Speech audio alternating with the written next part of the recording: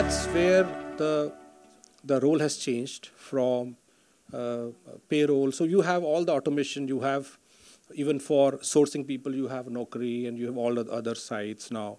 You have a lot of, you can leverage technology to automate all the administrative work which they are doing. And I think I see a very, very real role of HR, which is people management, is where the role of HR is shifting. And we should not even think that in this world of technology, HR will become irrelevant. I don't think that's the point. I think you have to evolve, you have to redefine, you have to relearn. And maybe because HR will have to relearn what they were supposed to do. I think learning was more about how to make right salary structure than, to fit the right person. So I think this is where the role will evolve. So these are my opening comments. It's very reassuring to see, hear from a CEO that HR role is going to be increasing, yeah? So Shobha, would I switch this question to you from an HR perspective? How do you see the role changing? And Sure. So good afternoon to everybody. So I am aware that, post-lunch sessions can be tough. So let's, have a bit of interesting conversation here so that everybody's awake, and maybe at some stage we should have participation from the audience. So so the topic is really about HR as a revenue generator in the era of technology. And all I would like to say over here is that HR has always been a contributor to revenue. I only think that over the period of time, as technology has been evolving, I think we are getting sharper and sharper in able to find the real deliverables and the actual accountabilities. I think if you see in the industrial era or, when, various industries that came, the revolution that has been happening, HR has always been contributing to the revenue. I think it's over a period of time that we become more sharper and more accountable for all the revenue that we generate. So for example, in our organization, when we talk about what is it that HR is accountable for, in especially BFSI, and I'm sure in service businesses like ours, where it's very people intensive. I think we measure ourselves on 4 things that we are accountable for. One is we have to manage retention. That is clearly something that we drive. And there, along, linked to retention is a whole host of stuff that we do. Improving productivity. I think that's squarely something that HR has a play. And that improving productivity has a direct correlation on revenue. Talent, building talent for today and future. I think that's a very, very clear business-focused outcome that we are accountable for. And lastly, building capability, not just for today, but for tomorrow. And I think these are some things that get measured and quantified very easily. What I think technology has enabled, and I suppose that will really bring about the nuance of what's changing in the HR, is really that technology has enabled us to sharpen the impact areas, help us move away from non-value adding stuff to more value adding stuff. Also to graduate into more other things that we can contribute to and get more efficiency. I suppose that's really what technology has played a role. But in no time in the future can we ever say that the role of HR will become obsolete or that we will not need to do anything. I think the revenue generation contribution will stay for eternity. It's just that technology will enable us to become sharper and smarter. And I think, as I said, the sharpness and the accountability is getting more and more visible. And that's something that's really getting, sharper over a period of time. Yeah, and I do see that with technology and with so many things that we would, move away, into technology, our role will actually move into much, much bigger things. So for example, there's one thing that I picked from what Dave Aldrich said about what is really HR's role of the future. I think the role of integrator and innovator. I suppose we will have to play a more active role in doing all of that. So in my view, I would completely disagree that with technology, HR's role is obsolete. I do think that that doesn't go away. Also the fact that we are a revenue generator and we'll always be a revenue generator. There is nothing new that's happened. It's just getting sharper. We are more measurable right now, which wasn't the case earlier. And I suppose we need to evolve into newer ways of doing things, newer roles, which I believe integrating and innovating for organizations is a very key role that we can play. So yeah, that's about my view. So one, I agree with what the lady said that, it is not only HR. Everywhere we have to understand how technology is an enabler. The problem is we think technology is competing with us. I think that's the biggest mistake we are doing.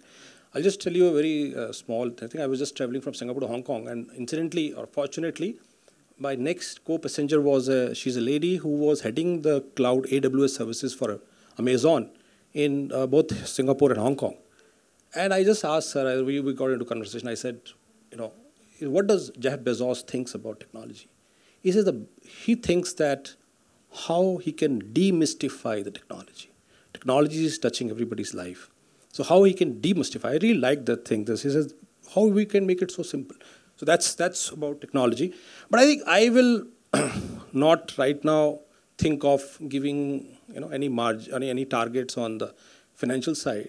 But I think 4, 5, we all were talking about that how the role of HR will change. So for me, I think in that order of priority, 5 things which comes to my mind. What HR as a CEO, I think of HR has to play a role.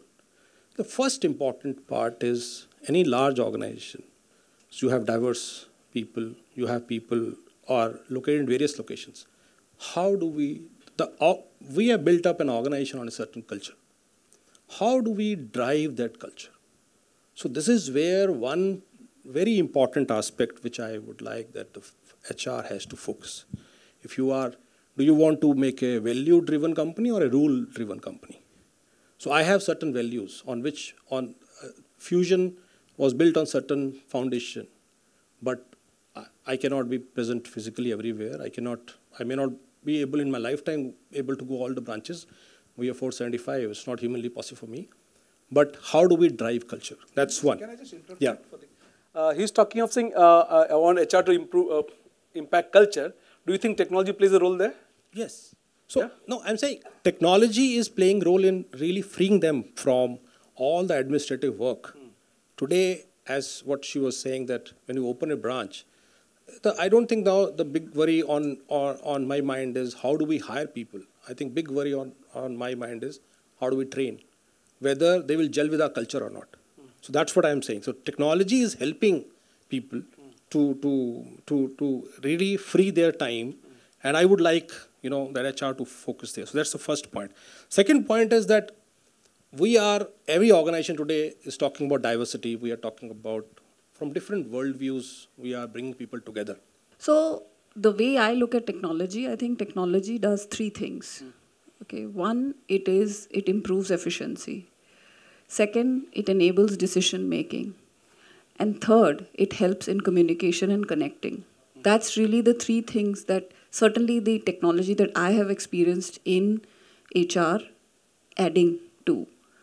Now, given this, I think if we have to really look at what is the outcome of all of this in HR, obviously with this speed, then it's all about process turnaround, reducing TATs and all of that. And I think in our case, what we have done is we have actually integrated the entire sourcing to onboarding to exit is completely automated, and it's completely digitized. So we've used technology at every employee lifecycle touch point. So that's one way which has helped us in increasing speed, impact, and efficiency in the process. So that's step 1. The step 2, which I talked about, which is really in terms of decision making. So I think, like he said, we have obviously a lot of data points. And I come from a business which has got a lot of high levels of frontline churn, which is really the life insurance frontline sales churn. So we've used the technology, which is really all the data mining tools, etc., for decision making, which is really around predicting attrition, which is really around managing retention, which is around really forecasting productivity, etc. So that's the second place where we used it for effective decision making. And the third place is really all around the connecting and communication. So we have our own internal tools which really talk to each other, and of course we do have our own bots which is really helping in the the administrative queries and stuff like that, so that the time of HR is really removed. But the technology is used for communicating and connecting with people. We have a lot of apps where we really talk to each other, etc.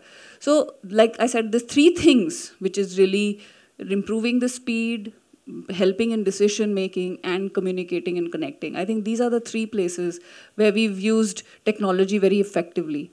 The outcome of this is obviously multiple. The outcome is in terms of cost save, which is of course a basic thing, but it's important. I think the outcome is really in the value add that we would been able to do in some of the metrics that I talked earlier, which is managing retention, increasing productivity, managing talent, and building capability. I think we've been able to, in all of these 4 impact areas, we've been able to use technology to get that impact. So when I look back and say, as HR, are we technology enabled, digitized? Are we able to impact on speed, decision making, and connection and communication? The answer to that is yes. And to answer your question, is the CEO thinking that we are adding value? I think the kind of problem statements we are having are slightly different now. So the problem statements are no more around get the people in, get the manning in, done kind of conversations, to more around how do we make our organization more future ready? How do we make our organization, how do we actually onboard talent for the future? How do we actually have a mindset which is more innovative? So some of those things are really the conversations that we are having. And again, I think the 4th one, which is linked to really, are we geared up for the future? The org structure, the dynamics of, connected world, what kind of structures should we have? So the conversation is shifted. So in some sense, some of these things are taken for granted, but I think the conversation has shifted to different problem statements. I think interesting, the one thing which I think what is happening in the industry is HR always used to be lagging. Payroll at the end of the month, appraisals at the end of the quarter. Now everything is becoming real time. Or whether it's a survey, climate survey, I don't think the annual surveys are any longer valid. So in this new change, what are 1 or 2 traits you would advise HR professionals to learn? Because I've seen a lot of people, like Reddy was saying, they know AI can do some magic, but I'm still seeing a lot of people still perplexed. So in this new digital age, what do you think HR should do, have competencies beyond normal HR? I'm not talking of what they should do in HR. So would you have any suggestions to the, what do you want the HR team to learn beyond HR? I think 2 things. One, as I said, that the whole, how do they drive culture? So really they have to align themselves with the culture of the organization, with the values that the organization stands for, and find ways of reaching out, as Niharika was mentioning, use technology, drive those things in a very consistent manner so that the message actually reaches to everybody wherever he or she is present. So that's one. So they have to really look at tools, they have to really enhance their skills, that understand, first spend time on understanding they themselves. It should be coming from the heart. What is the culture? And they sit with the CEO or a senior management, try to understand, as she was saying, that how do we, what do we stand for? What do we want to stand for in the future? How we make a future ready organization? So that's one. Second is I think most of the organizations I see that we have a talent management you have a talent manager, and when I was thinking about this topic today, so even I was questioning myself. We have just hired a talent manager, AVP. I think from talent management you have to move to performance management. You were talking about that how HR can add value to what business is doing. See, performance management has to move from something like from a yearly once a year salary change or salary increment to a continuous performance exercise, management exercise. If suppose there is a certain set of people or a department or somebody in the organization is not performing, so are you going to wait for the whole year and then your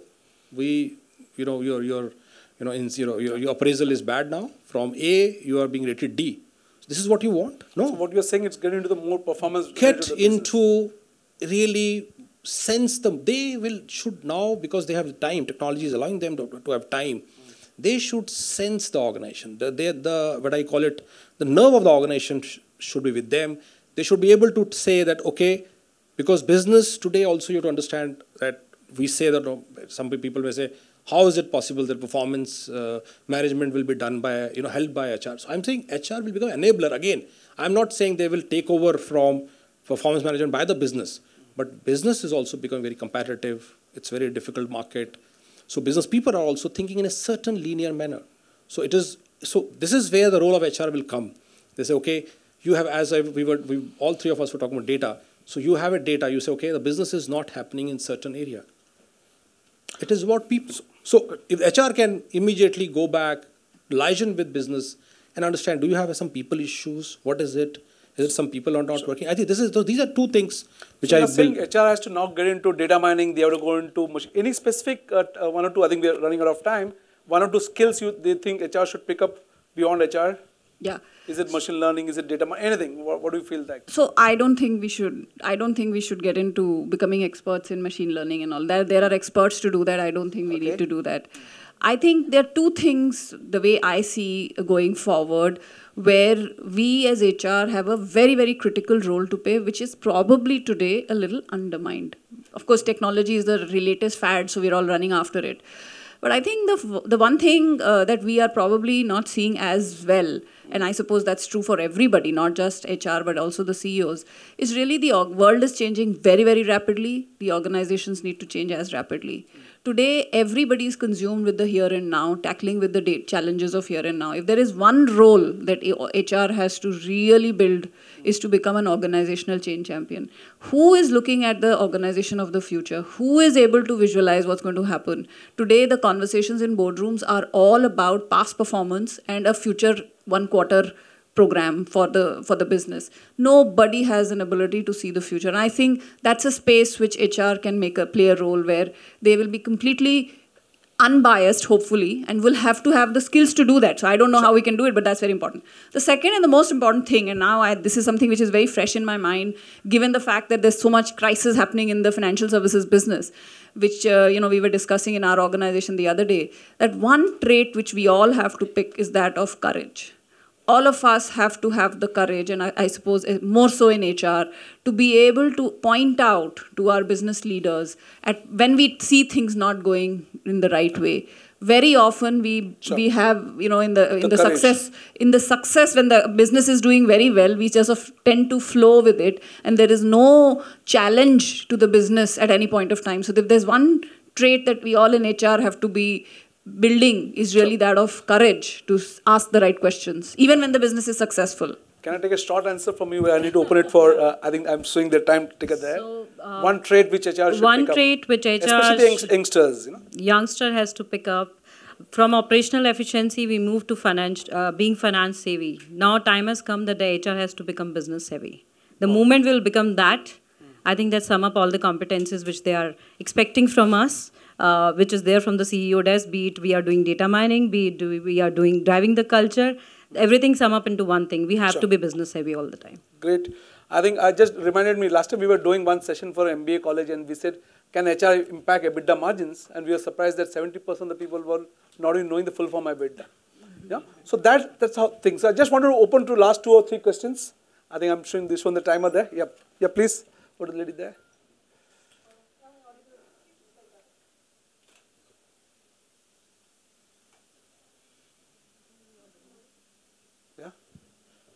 You're audible any which way. Yeah. Yeah, it's working. Okay, so HR has traveled a long way from being the the enablers, business enablers. That's where we stand today. And we were talking about HR being a revenue contributor. Is there any metrics to measure how HR is contributing to revenue? Interesting question. The question is, do we have, has industry evolved metrics to measure thing? Is there? No, as in, if productivity is a very direct measure of revenue. Productivity can be a top-line measure, it can be a bottom-line measure. You can say profit per employee, or you can get into sales per employee. Yeah, I think cost of operations is again another revenue measure. The time to fill, these are all input measures. There are certain input measures and there are certain output measures, but all of these will lead to revenue. The training ROI, these are all indicators which tell us that we are adding up to the revenue. Yeah. I think one last question, yeah. These are all lagging indicators, right? Yeah. You have done anything in your organization as leading, that HR is doing this and this can help us get there, because that's what I think the CEOs are looking for, right? Yeah. Because what we hear today is everything is lagging. ROI is lagging, Yeah, but that would be true for sales also. Sales also are measured on these numbers, which is a lag or a lead, I don't understand. I'm saying today a sales guy is measured on the sales he's doing. Is it a lag indicator? It's not. So if I'm saying, if I am talking about a production of a person per person, that's a measure. It's right there. It's not lag. But if you're asking me, what is the input measures which will lead to output measures, that could be something that we could own. So for example, through analytics, we've found that there are a few inputs, if you do at the right points of time, at certain frequency, leads to higher output and more sustained output. So for example, how many calls has he done in the first 10 days of the month is a good input indicator to say, is he going to really meet his targets at the end of the day, kind of. Now that's come out of a lot of research and analysis to say, this is really a lead to actually get to the lag. So, I mean, I think I'm sure that the industry is going to evolve and put more pressure on HR to give some of those indicators and have direct linkage to business. I'm sure it is evolving, and more CEOs will be trying to push to change the measures of performance. Yeah, I think one last question and then we wind up. If not, I think she's already showing me the signals there. I think interesting discussion. Thank you for after post-election session, a lot of people there. I think a lot of takeaways from saying CEOs' expectations changing from HR. And good to see that a lot of HR people are actually ready to put up their neck and say we can improve the revenue margins or a company's performance. I think just like to thank you everyone for these questions, and thank you the panel for making it interesting. We would like to thank everyone for this amazing session.